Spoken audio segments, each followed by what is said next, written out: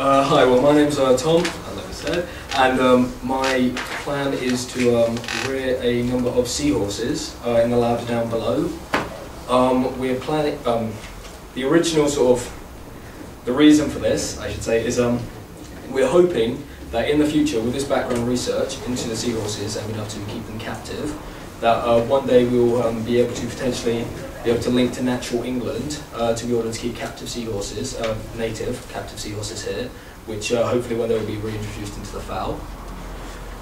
We're planning on the project lasting about 12 weeks with, well, both the seahorses will be fed two different diets.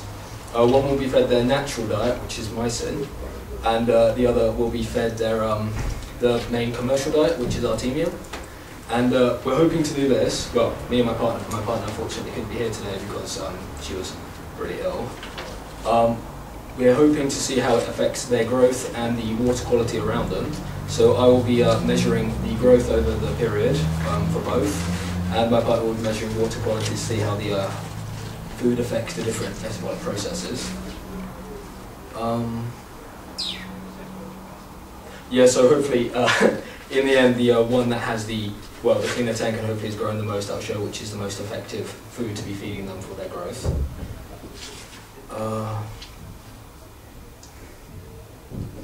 We will also be working together with one of the members of our group, who is trying to locate, map the GIS locations of eelgrass, which is a habitat of the seahorse in the fowl. So hopefully this will give us some more information about where they could potentially be put in the future if we re-release them, or also where they could be, because the whereabouts of seahorse is kind of not too known at the moment in the fowl. We're planning to have between 3 and 9 tanks with 3 to 6 seahorses per tank. They'll arrive during the summer before our second year, and we will wait, sorry actually, I haven't given you our handout. Yes. That's kind of did print out enough, sorry. Okay, yeah, so we are 3 to 9 tanks with 3 to 6 seahorses per tank. They'll arrive during the summer, and we'll be building the tanks and the racks. We've actually managed to get quite a bit of funding already from, well, we managed to get some funding from Merlin, the National Marine Aquarium, Southampton Oceanographic Centre and Tetra, who will be providing most of our equipment and the majority of the funds it will take to fund the project. So what we need from you to hopefully do this, we need 3 more tanks, which will be about £15 each, a bucket of artificial salt in order to acclimatise the seahorses, and to be able to cover the cost of the Artemia, we're hoping for £5 a week for the 12 weeks, which will be £60 in total, giving it a final total of £145.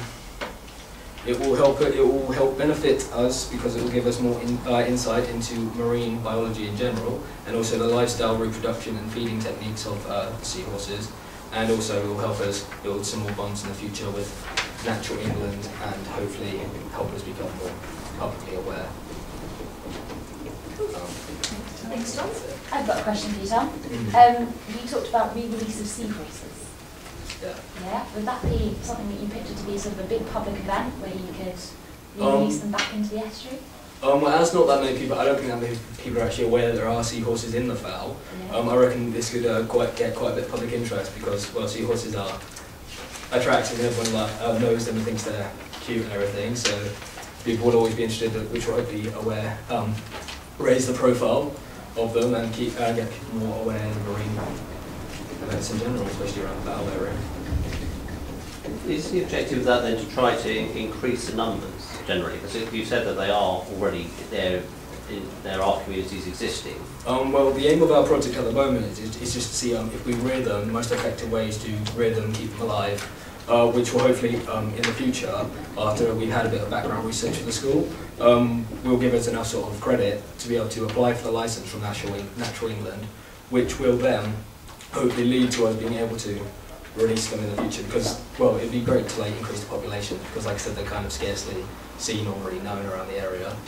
So so you need a licence from Natural England for what?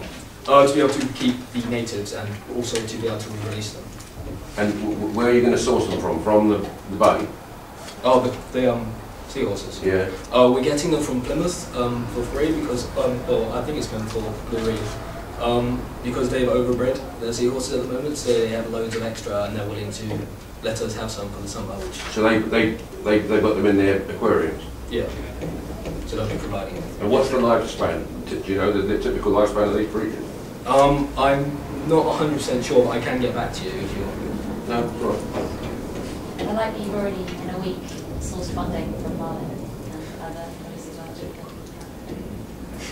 Well, our instructor who's behind it, Craig, has been behind quite a few re-release programs before, so he's been having lots of like sources and everything, so he gives a good hand. So he's a good. Where do you get the food? Who's your food source?